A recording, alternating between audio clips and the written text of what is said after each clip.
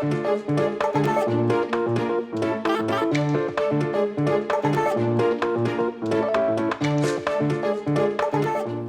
everyone, welcome back to my channel. My name is Justina and here I like to make, create, and inspire fun art things with you through my DIYs. So as you see by the title, it is 60 more days until Halloween. I am so excited. But in today's video, I have a awesome DIY. I've been wanting to do this for so long and I finally got around doing it. So it is Beetlejuice inspired, and if you like Beetlejuice, this DIY is for you. I wanted to create a spooky Halloween sweet bar and I'm finally going to do it. If you are new here and haven't yet subscribed, I hope you would stick around by hitting that subscribe button down below. If you like today's video, don't forget to smash that thumbs up button. And without further ado, let's art today. So the first thing to start off my sweets bar, I wanted to make a 3-tiered cake, and to do so I found 3 round containers at Dollar Tree. The first one is the see-through container that Dollar Tree usually carries around their seasonal time in different prints and designs, and I just picked up that Halloween one. Next are these 2 gift boxes that Dollar Tree carries all year long in their party supply section, and I got 1 medium and 1 smaller box. Now remember, there are so many different ways on how to make fake cakes. This is just the way I did it and I really like the design. I will also go through each tier and show you how differently I did each one, and it still came out awesome. For my first and top tier of my cake, I wanted to wrap this box in this green felt that I purchased from the 99-cent store. It came in a pack for only $1. I'm just measuring out the height of that box, and then I'm taking a pencil, drawing a line, and then I will cut it out using a pair of sharp scissors. Since this is a Beetlejuice inspired cake, there will be lots of green, lots of purple, and black and white. But remember, you can make these cakes however you like, fitting your theme. As you see, I did lay down a line of hot glue and place the felt right on top, and now I'm just pulling the felt across that box. Now the felt didn't reach all the way to the end. That's fine because I do fix it later. I add another line of glue just to hold it in place. Now I'm taking more of that green felt and filling up the hole. I'm just eyeballing it and cutting out another little piece. I will hot glue it in that little section and press down firmly. I do want to mention I did leave the top of the box off for this tier. I didn't really need it and it didn't fit back on with the felt. Now as you see here, I traced out a circle and I'm cutting it out, and I will hot glue that to the top portion of this tiered cake.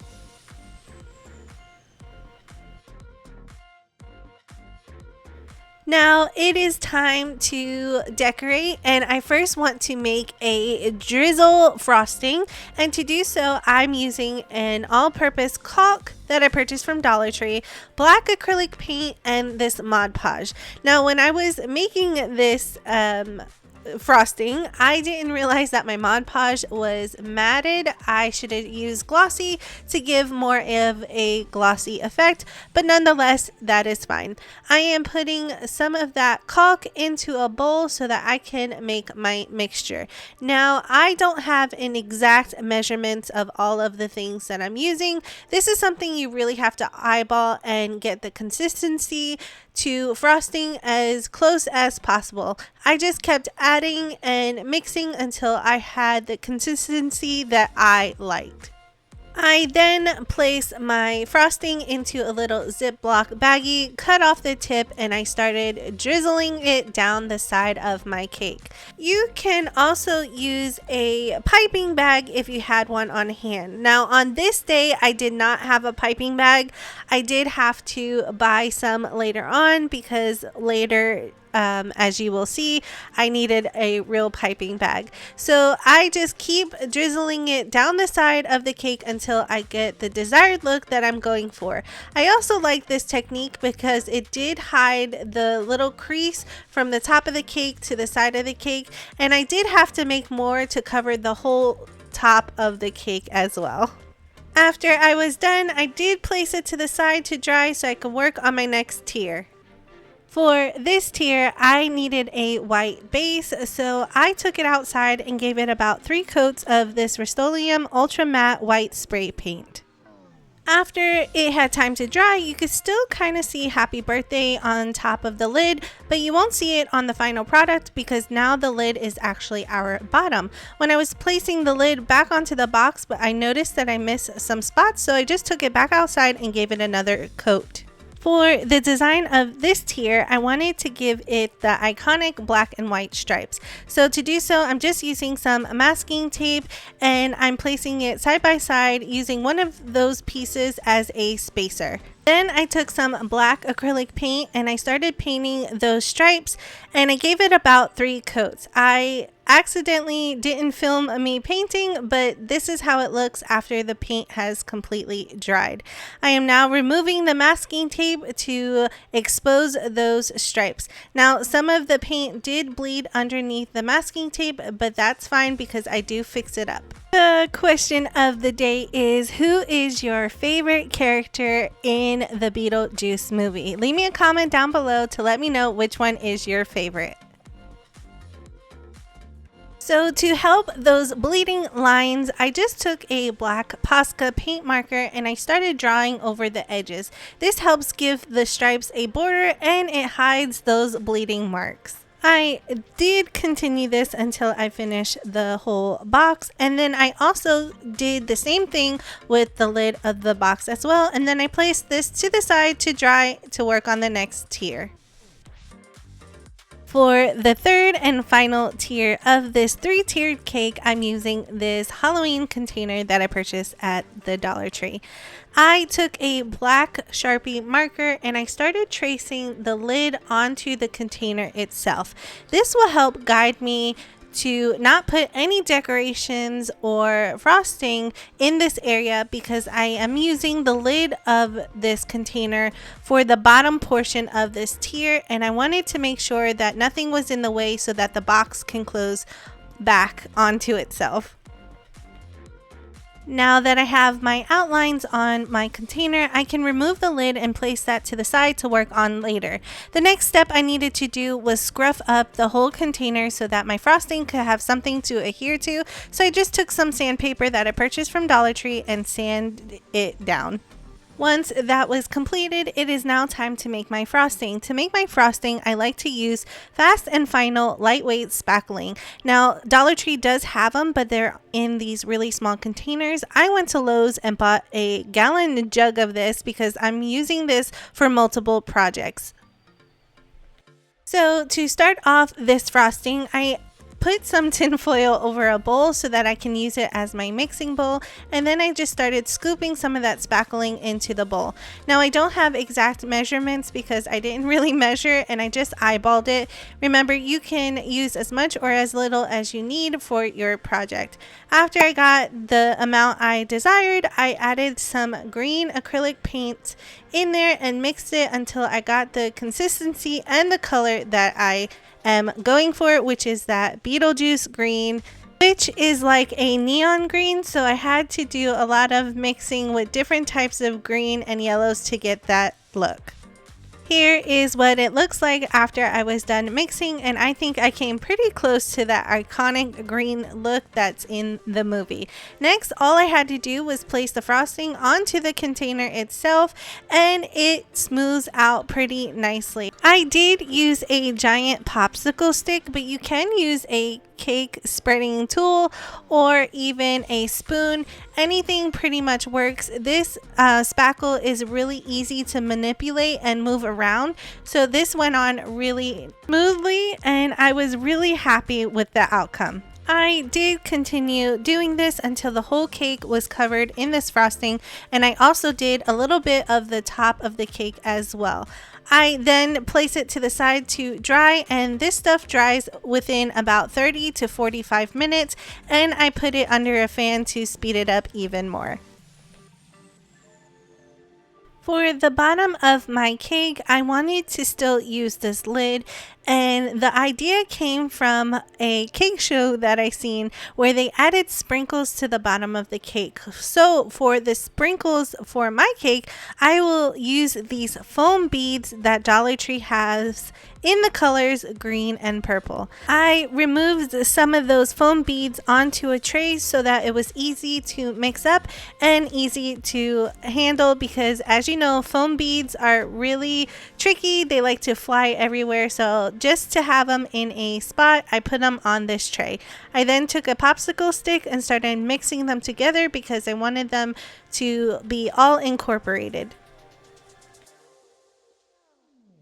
So to attach my sprinkles to my cake, I am using a low temperature hot glue and an all-purpose hot glue stick. Now, I did try to use some crafting glue and some Elmer's glue.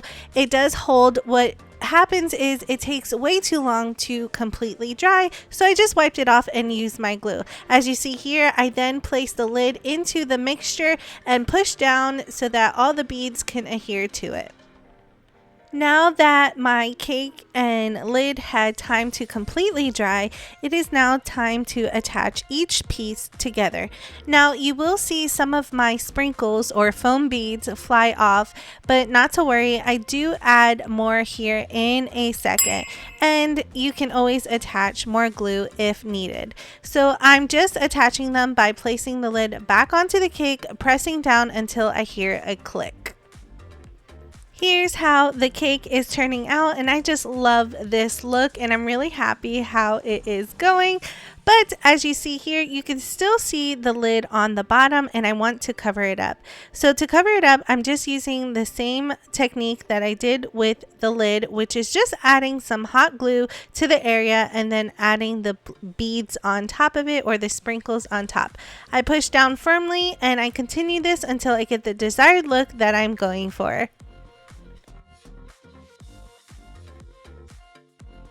Now it's time to assemble the cake together, and first I'm starting off with the bottom tier and the middle tier. I'm using my hot glue gun and my all-purpose hot glue stick, adding it to the lid of the second tier and placing that into the center, pushing down firmly until it's dry. I do the exact same thing with the top tier portion, but since this doesn't have a lid, I'm just hot gluing the outer edges of the bottom, placing it in the middle and pushing down firmly. After that was completed, I wanted to decorate my cake more by adding some frosting.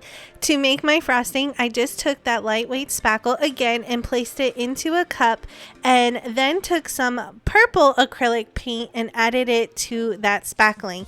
I mixed it up until I got the desired look that I am going for. Then placed it in a Ziploc bag again with a piping tip, and I'm just going in a zigzag motion with this piping tip on that second layer of the cake and filling up that little gap between the first tier and the second tier.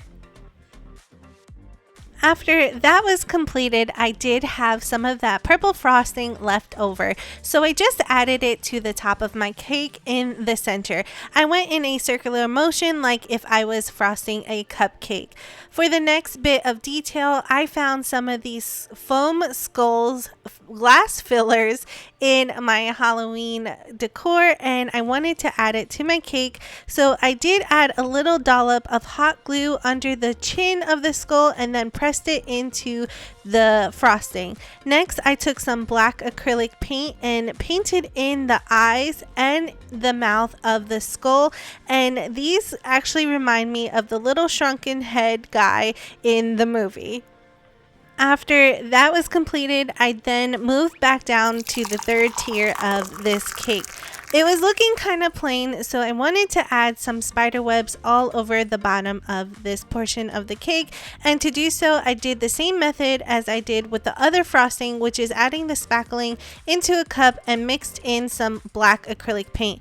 I then took a small piping tip and started making the spider webs, going very slowly.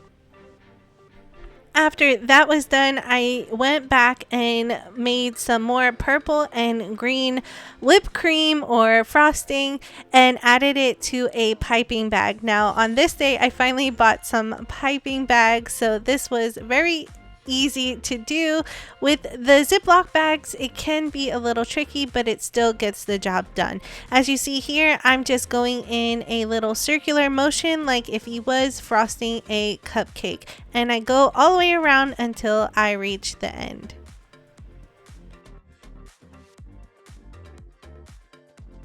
Lastly, I found these cupcake picks at Dollar Tree, and they're of these cute little bat silhouettes, and I wanted to add them to the cake in the center of those little dollops that I just made. So all I did was break the toothpick and then add it into the center, and as it dries, it holds the little bat in place, and that completes this DIY.